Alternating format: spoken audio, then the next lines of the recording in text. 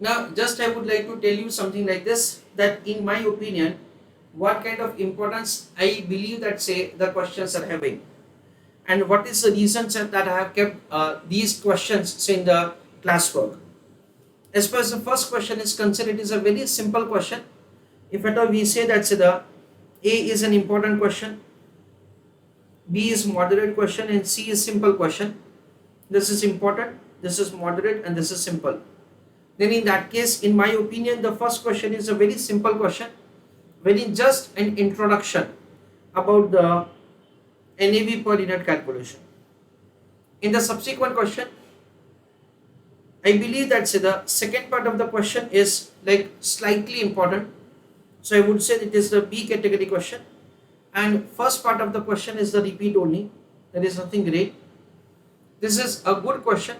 So it is A category question in my opinion in your revision. When you are required to consider that's the additional investment which is made, you are required to take into account the NAV per unit to be calculated, that is say afterwards. All those things are important. This is again A category question wherein we are required to make the computation of NAV per unit. In that, this is the most important adjustment that we have, that is so the fixed interest income securities. Again, this is A category question wherein since the date of inception of the fund you have been provided with information, so you have to prepare the cash book. So calculation of the cash balance is say something important from examination point of view. Second part of the question is very simple, C, wherein just the dividend information is required to be incorporated. Money plant, this very simple question, C category. This is, I would say that's the B category question. The only thing that's for which you have to take care is that you're required to ignore all this information. Well, because we always understand that so the effect of all of them have been incorporated say in this closing cash balance. That is the reason. Next is this is once again a very simple and the introductory question. So again C category, not so important. In the next question, I just make you clear with the holding period return and annualized return. But again, it is like the C category question, not so important. Uh, this is a question that say we have done say from the, that is say the examination asked, wherein I have explained you how to make the calculation of the return. So that question, the what we have done from the examination is say the, we can say that B category question. This is A category question, wherein we understand that so the backward working is required to be made for calculation of the number of days for which the investment is held. This is dividend reinvestment, again A category question, because all the kind of adjustments are there in this question. Again, this is A category question, wherein you are required to make the computation of the balancing figures. This is like B category. The only thing which is important in this question is holding period return. Otherwise, everything is same as the previous question. This is A category question, wherein we come to new concept of the bonus plan and growth plan. This is again like I would say that's the A plus category question. Backward working is supposed to be made for calculation of the issue price.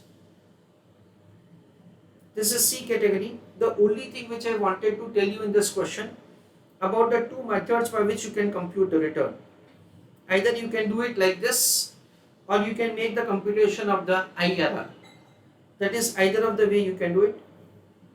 This is B category question, in which we are required to compute the return for the investor.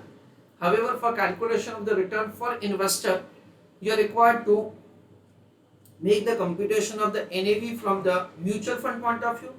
You are required to make the computation of the cash balance from the mutual fund point of view.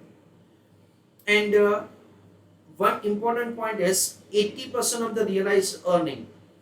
It means that say whatever the like the capital gain that you have, so on sale of the investment, of that 80% will be distributed to the investor, plus we understand that say the dividend income received by the investor, of that 80% is that is distributed to the investor. One more thing is that say whatever the expenses of the mutual fund, of that 10% was outstanding. So just be little bit careful that in calculation of the NAV, so you consider that outstanding expenses. Not like something which is very significant, but there is a possibility that say you may forget it. Simple C category question only for practice.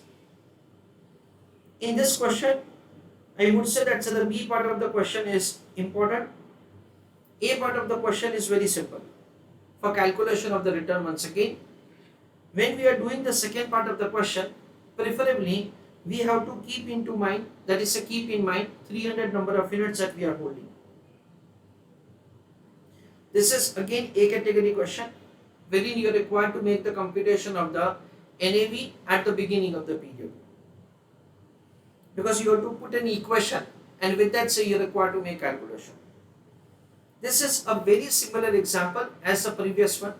So if at all you do the previous example properly, then in that case this is C category, because almost it is the same.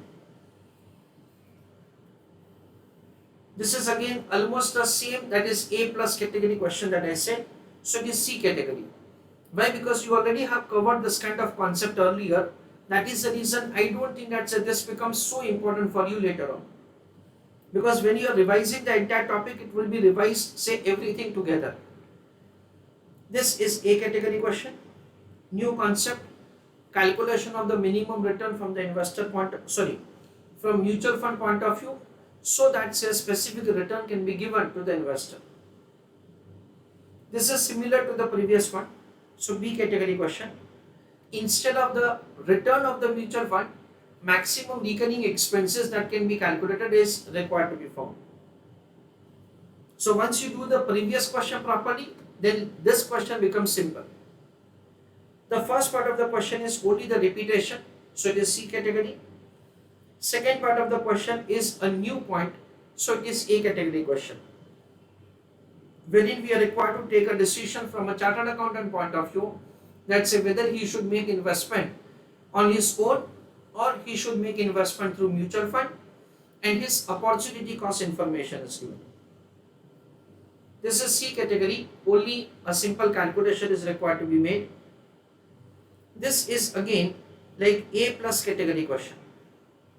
For this, say you require proper practice, otherwise it is very difficult for you to execute this in examination. In this question, doing answer of the A question is important, rest two are not so important, so B category. This is again C category question, just you have to be careful, say how to make the calculation of the front end load and back end load. This is what I can say.